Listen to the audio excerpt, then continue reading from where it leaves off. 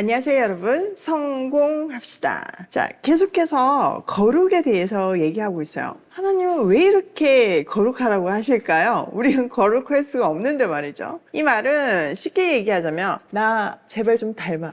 나 빼박이로 살아. 이런 의미예요. 근데 우리가 그렇게 권유한다고 해서 말씀하신다고 해서 그대로 안 하는 사람들이잖아요. 그러니까 율법으로 안 했을 경우에 이런 처벌이 있어 하고 강력하게 말씀하시면서 거룩하기를 간절히 원하시는 거예요. 자, 오늘 시작하는 20장도요. 앞에 18장 19절에 선포한 율법을 어길 경우에 어떤 처벌을 받는지에 대해서 말하고 있는데요. 들어가서 보도록 할게요. 1절 주님께서 모세에게 말씀하셨다. 너는 이스라엘 자손에게 다음과 같이 일러라. 이스라엘 자손 가운데서 어떤 사람이든지 또는 이스라엘에서 나그네로 사는 외국 사람 가운데서 어떤 사람이든지 제 자식을 몰렉에게 제물을 준다면 그를 반드시 사형에 처해야 한다. 그 지방 사람이 그를 돌로 쳐 죽여야 한다. 나도 바로 그런 자에게 진노하여 그를 자기 백성에게서 끊어지게 하겠다. 그가 자식을 몰렉에게 주어 나의 성소를 더럽히고 나의 거룩한 이름을 욕되게 하였기 때문이다. 그 지방 사람이 자식을 몰렉에게 준 자를 눈감아주고 그를 사형에 처하지 않으면 내가 직접 그와 그의 가문에 진노를 부어서 그는 물론이고 그를 따라 몰렉을 섬기며 음란한 짓을 한 자들을 모조리 자기 백성에게서 끊어지게 하겠다.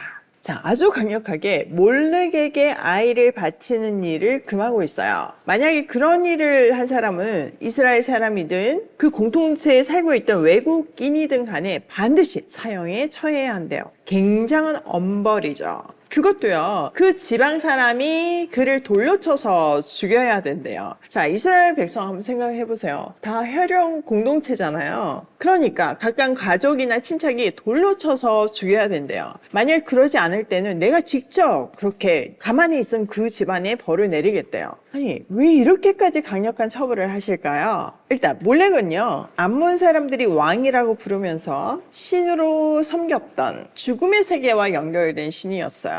탈무드에 보면요, 몰렉은 몸체가 볼록하고 두 팔이 이렇게 길었어요. 그 긴 손에 어린아이를 제물로 바치면 그 아이가 굴려서 우상의 입을 통해서 볼록한 몸체에 화로에 떨어져 불에 태워져 죽는 거예요. 결국 이게 뭐예요? 자기가 바라는 것을 얻기 위해서 가장 소중한 자식을 불태워 죽이는 거죠.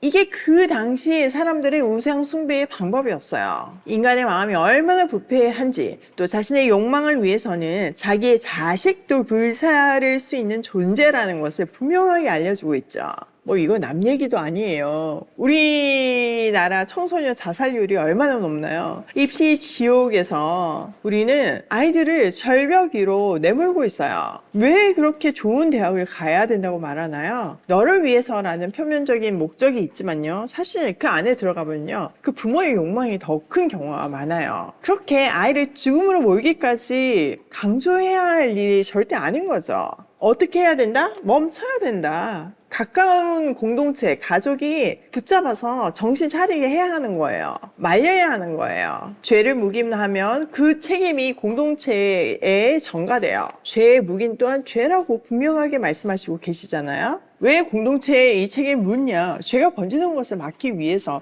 책임을 묻겠다는 의미죠. 또 이 3절에 보면요, 이 우상 숭배 자체가 하나님의 성소를 더럽히고 하나님의 거룩한 이름을 더럽게 하는 거래요. 하나님의 거룩한 이름을 욕되게 하는 거래요. 그러니까 죄 가운데 사는 사람들의 삶 자체가 하나님의 이름을 욕되게 한다는 거죠. 지금 크리스천들이 엄청 욕먹잖아요. 왜 그럴까요? 예, 우리가 하는 말하고 복음하고 우리의 삶이 너무 다르기 때문이에요. 결과적으로 우리는 하나님 얼굴에 먹칠을 하고 있잖아요. 하나님의 이름을 욕되게 하고 있잖아요. 지금 그 의미죠.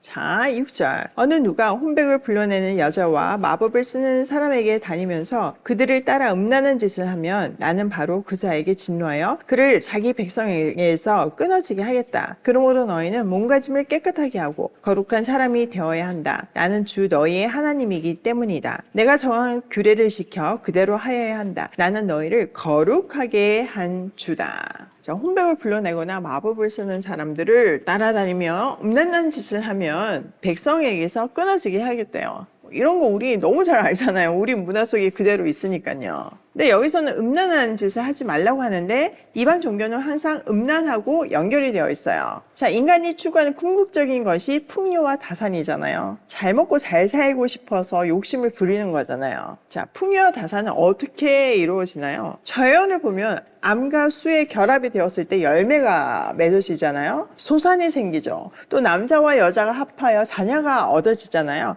그거를 예배 방식으로 택한 거예요. 신 앞에서 남녀의 성행위가 예배였던 거예요. 그러니 이방 종교 신전에는 늘 여자 창기가 있었어요. 신과 합일하기 위한 매개체였죠.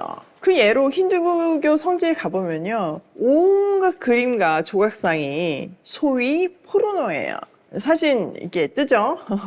보시면 아시겠지만, 아니 도대체 왜 이 성지라고 한 것에, 그러니까 우리식으로 얘기하면 교회에 이렇게 음란한 것들이 붙어 있는 거예요. 왜 그럴까요? 왜냐면 이게 그들의 성화인 거예요. 거룩한 그림이요. 캐톨릭에 보면 그런 성화들을 뭐 스테인리스 글라스나 뭐 이런 거 그림으로 붙여져 있잖아요. 마찬가지로 이게 그들의 성화이기 때문에 그들의 신전에 이런 음란한 것들이 다 있는 거죠.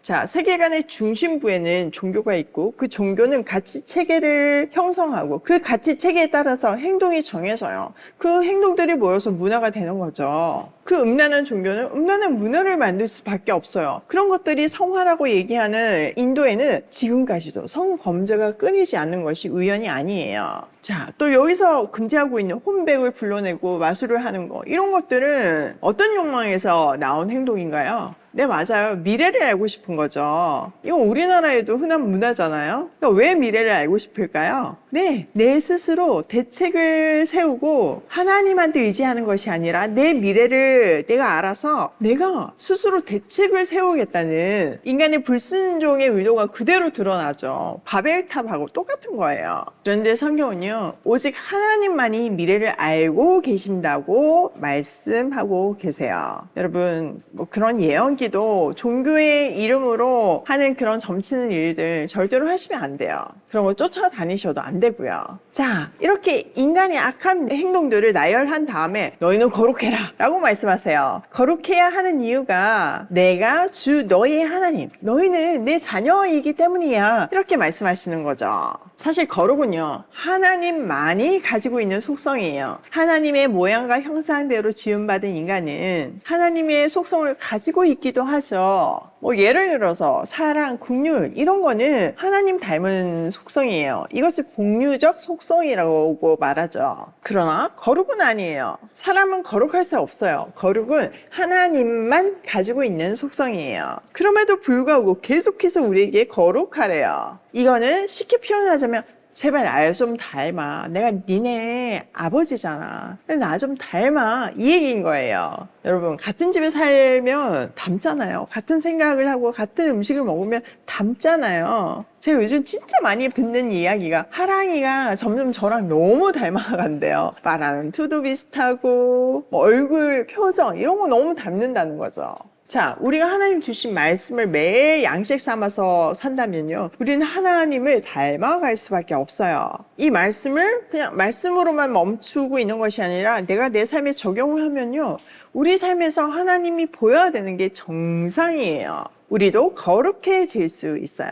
야고보 사도는 야고보서 1장 27절에서 하나님 아버지께서 보시기에 깨끗하고 흠이 없는 경건은 새벽기도 아니고 헌금 많이 하는 거 아니고 말씀 달다 외우는 거 아니고 고난을 겪고 있는 고아와 가부를 돌봐주며 자기를 지켜서 세속에 물들지 않는 것이라고 분명하게 말하고 있어요. 우리 오일 패밀리가 시설에 있는 아이들을 돌보는 거, 자리 준비 청년들을 위해서 이모집을 만들고 정말 집밥을 해주며 하나님의 사랑을 전하려고 하는 거, 이게 하나님을 닮아가는 경건인 거예요.